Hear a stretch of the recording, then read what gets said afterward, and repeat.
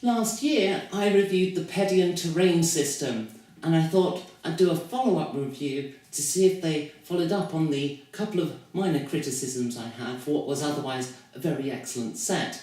Have they solved those issues? And at the same time I thought it'd be good to do a little review of some of their accessories and another one of their terrain systems.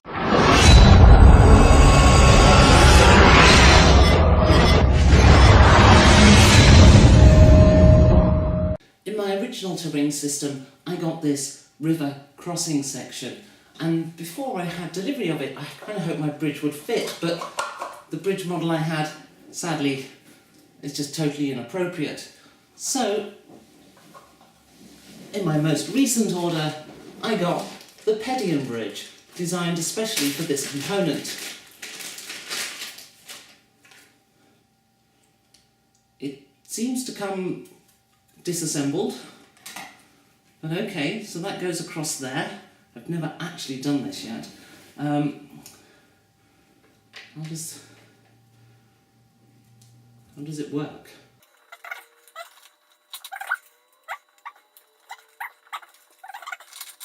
I see. The bridge rests on that. Gotcha. Okay. So it's quite a low bridge, but that makes some sense. So there we go, and then that would sit there like that. Well, it doesn't quite sit flush. Let me move this tree out the way for you to see. So it's raised up slightly, and it does. Oops, it does want to be glued together, which it doesn't come glued.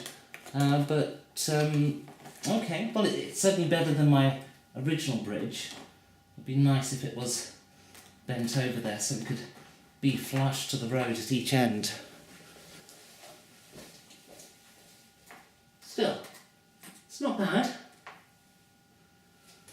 So another thing that I had were these wall sections, and I had these as part of my original purchase, and they always sort of felt like they were kind of tricky to balance. If the table got knocked, they'd fall over.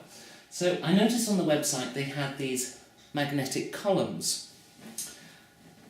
So I thought, I'll order another wall set and 2 sets of these. Becky, once more, sorry for the delay. You had ordered some grey walls 5.2 centimetres long, but they did not come as they should, and they were not working properly with their respective columns. So I changed them both to our newer stone walls. Hope you like them. If not, I'll send the shorter ones. So what I had was 3 of these wall sections. What I've been sent are these 2 newer ones. They are the same length, not quite as tall, and they do look quite good, and they balance well. They don't really need the supporting columns.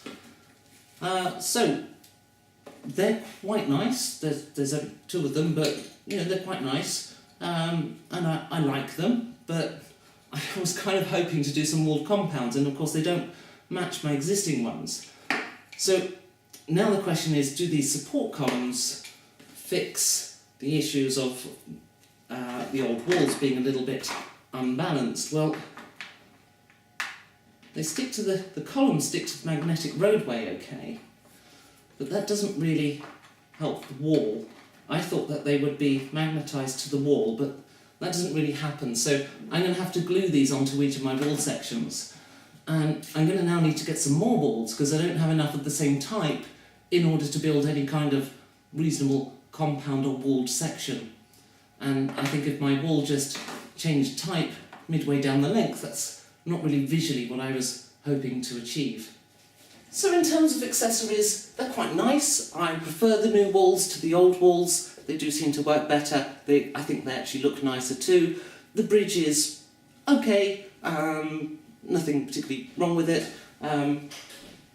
Does need gluing together, but not the end of the world. Quite happy to do that, although I did think it was supplied as a finished piece. But it's it's a simple design, and it's effective. So what about the desert set? Well, first of all, let me say, it's beautiful. Just like on the Greenfield set, the liquid water effect has real, genuine reflections in it. On this set, I chose to get one of the crater pieces, and it looks spectacular.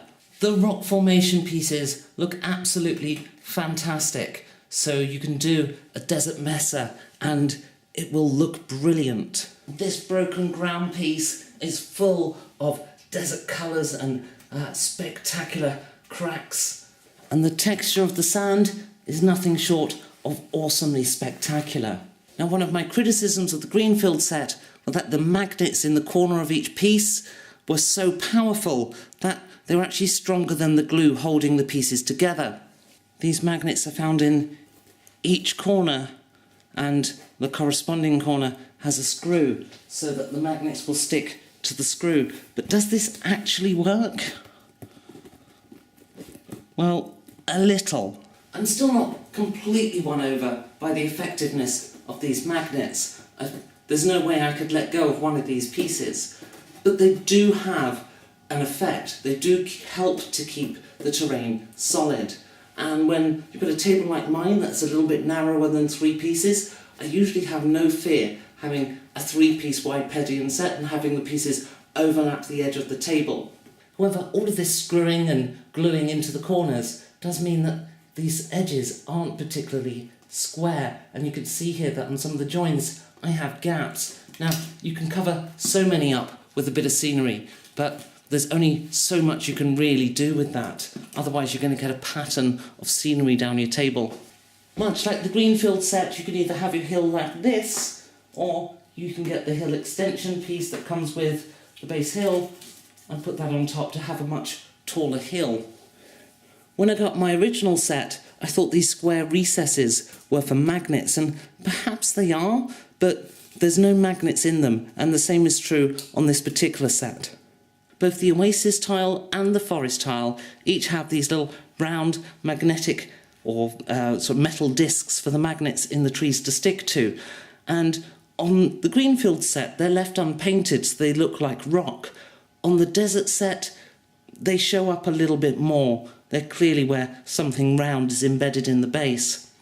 And on the trees in the Greenfield set, I always thought these were the best trees I'd ever seen. They've got wonderful bases and the foliage is amazing. The palm trees aren't quite as convincing as being real, but they do have magnets in the bases. There we go, it's a bit more clear, that one. And they stick to the board well so they don't fall over in play. And to be honest, I've never seen a better palm tree anywhere else. It's just the nature of palm trees. I don't think modelling has quite got that sussed yet.